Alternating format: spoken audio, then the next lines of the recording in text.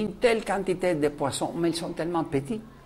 Alors donc, il y a la quantité, mais pas bon. Donc, vous êtes dans la phase de prospection et combien de temps pourrait durer justement cette phase de prospection pour pouvoir dire à tel ou tel endroit on peut trouver ceci ou cela? Question exacte. Nous pensons que probablement on aura besoin de presque un an pour avoir le résultat, pour avoir la compréhension de la géologie et des modèles avant de décider ce que j'appelle la voie de la vérité. Et la voie de la vérité sont les forages. Oui. Alors donc,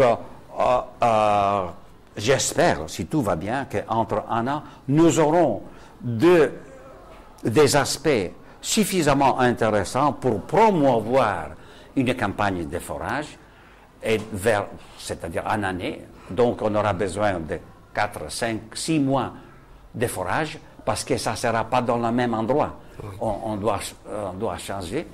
Entre un an et demi, disons-nous, entre 2 ans, nous serons probablement capables de dire, messieurs, c'était très bien, c'était formidable, on a travaillé très bien, mais malheureusement, on n'a trouvé pas beaucoup. Ou bien, au contraire, que c'est l'espoir final, c'est bien, on a trouvé, c'est-à-dire on a besoin des années pour définir l'économicité de la question. Oui. Une dernière question, justement, la conférence internationale donc, qui aura lieu demain, pourra-t-elle servir de tremplin ou de lancement de la phase justement de ces recherches, ou bien vous allez présenter un premier bilan de vos recherches effectuées sur le terrain? Absolument, absolument, parce qu'on a pas beaucoup à présenter. On a seulement qu'on a recueilli 250 échantillons de roches, dont on n'a pas les résultats encore. Mais donc nous serons là pour dire, regardez, nous sommes ici. Et à propos de, je ne sais pas si la société indienne sera là, mais je voudrais bien, s'ils sont là, de les connaître, parce que jusqu'à ce moment, on n'a pas eu la chance de se connaître, même s'ils sont des concurrentes. Mais ils sont des concurrentes dans les limites bien fixées de permis d'exploration. Merci. Seulement, oui, un autre événement d'intérêt, le 22, on a cette conférence au CERD, et le 22 et le 30 novembre, une conférence à Londres qui en anglais s'appelle Mines and Money, mais qui donc dans les langues latines, ce n'est pas les mêmes sonorités, ça veut dire les mines et l'argent. Et l'argent, bien sûr, oui. Et donc, où Stratex sera présente, et on a invité justement pour faire réfléchir les gens dans l'importance que ça pourrait avoir, les gens, un représentant du gouvernement d'Éthiopie et de Djibouti, qu'ils seront là présents pour démontrer au monde international à Londres que Stratex a décidé de faire quelque chose en Éthiopie et à Djibouti.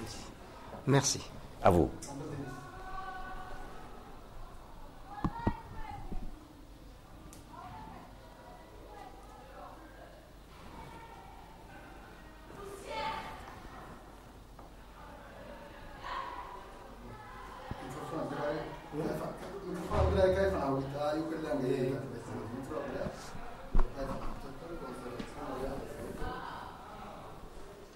C'est tout juste pour faire des plans de coupe.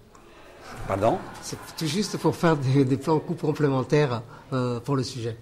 Ah oui, c'est-à-dire, je peux parler pour 1 minute ou toute la journée, comme vous voulez. Et à part Djibouti, vous avez dit que cette société travaille déjà dans... Donc, elle a commencé à travailler beaucoup en Turquie. Et les résultats sont... Et les résultats sont tels qu'ils sont en train de...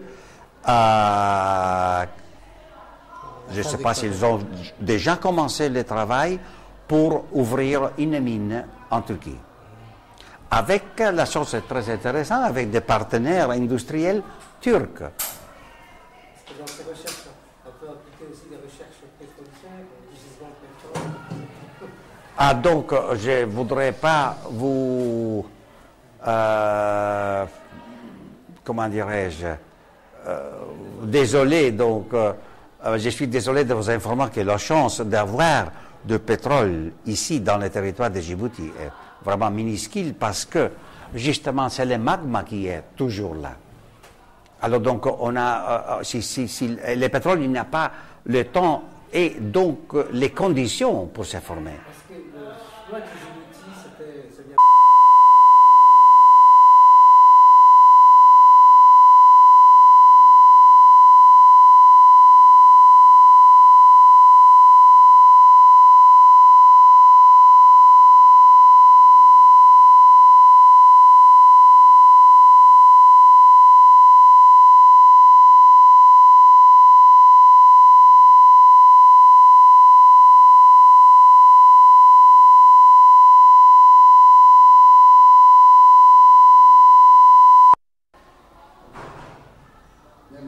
Voilà, je disais justement, le choix de Djibouti pour Stratex dans la recherche minière a été tel, vient-elle d'une offre faite par le gouvernement djiboutien ou bien c'est un choix par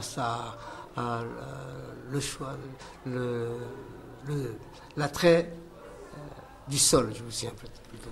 Regardez, donc c'est pas Stratex qui était le premier à penser de l'existence de l'or à Djibouti.